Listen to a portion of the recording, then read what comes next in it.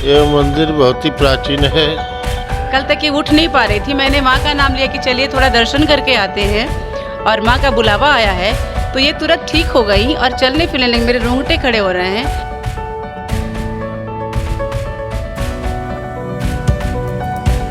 नमस्कार दोस्तों, मैं अमित कुमार, आप सभी का टीडी न्यूज़ में बहुत बहुत स्वागत है।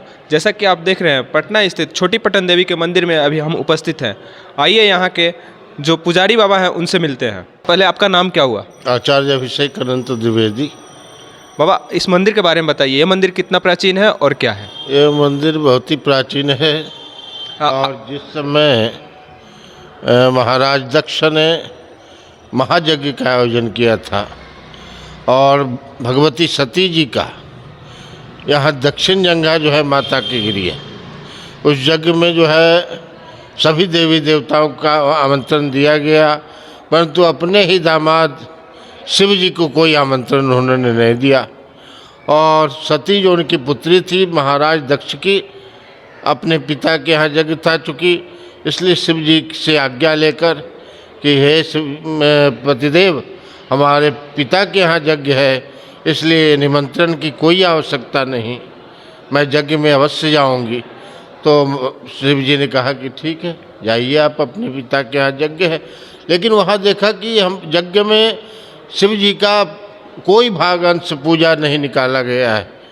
वो क्रोधित हो गई सती और क्रोधित होकर यज्ञ वेदी में जो है यज्ञ का जो कुंड था उसमें कूद पड़ी और जब अपने शरीर को जला दिया। उस जले हुए भाग को लेकर भगवान शिव जो है त्रिलोक में भ्रमण करने लगे। और जब ऐसा देखा विष्णु भगवान ने, तो देखा कि तो प्रलय हो जाएगा, भगवान इस तरह जो है संसार में घूम रहे विक्षिप्त अवस्था में। तो उन्होंने अपने चक्र सुदर्शन के द्वारा भगवती सती के अंग को काटना शुरू किया। कितने भागों में उन्होंने? 52 भाग में वो खंडित हुआ, जिसमें एक भाग सती की दक्षिण जंघा, दाहिने जंघा का कुछ अंश भाग यहाँ, कुछ अंश भाग थोड़े ही 3 किलोमीटर के अंदर में है बड़ी पटन देवी और छोटी पटन देवी ये है। तो दोनों जगह पर गिरने से यह सिद्ध शक्ति पीठ जो है की स्थापना हुई उस समय से। जैसा कि आपने देखा, बाबा ने बताया, मंदिर प्राचीन होने के साथ साथ शक्तिपीठ भी है। जैसा कि महाराज दक्ष द्वारा आयोजित यज्ञ में भगवान भोलेनाथ के स्थान नहीं मिलने से क्रोधित होकर माता सती ने यज्ञ कुंड में ही खुद की आहुति दे दी। जिस जले हुए भाग को बाबा भोलेनाथ लेकर त्रिलोक में घूम रहे थे, परंतु भगवान विष्णु ने देखे कि इस तरह से रहेगा तो प्रलय आ जाएगा, इसलिए माँ सती के अंग को अपने सुदर्शन चक्र से खंडित कर दिए, जिस खंड का एक अंश यहाँ भी गिरा है। इसके कारण इस मंदिर की प्राचीनता और महानता दोनों बढ़ जाती है। बाबा, आप इस मंदिर में कब से, आपके पूर्वज कब से पुजारी हैं? लगभग जो है कोई इसका जो है अनुमान नहीं है, बहुत हजारों वर्षों से जो है। बाबा ये भी बता रहे हैं कि इनके पूर्वज पीढ़ी दर पीढ़ी यहाँ के पुजारी रहे हैं। आइए यहाँ के कुछ भक्तजनों से मिलते हैं। नमस्ते आंटी। नमस्ते। आपका नाम क्या हुआ? मैं माधुरी भट्ट। आप कहाँ से आई हैं? मैं आई हूँ राजेंद्र नगर पटना से। राजेंद्र नगर पटना से।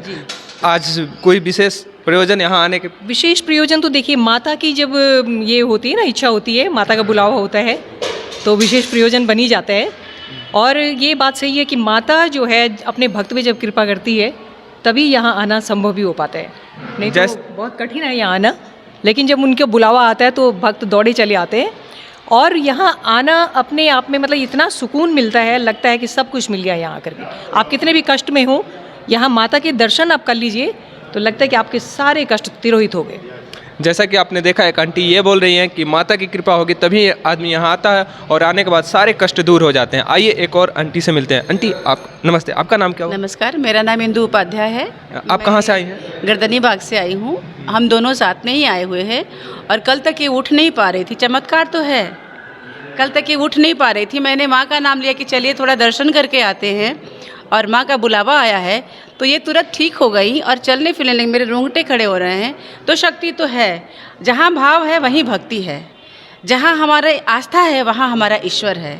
तो माँ को मेरा शत शत नमन है, इनका आशीर्वाद हम सब पर सदा बनी रहे। धन्यवाद। आपने एक आंटी और बोली कि माँ का कृपा भक्त पर होता ही होता है, इसी कारण कल को इनकी तबीयत खराब थी, परंतु आज माँ का बुलावा आया तो मंदिर में आ गए। धन्यवाद।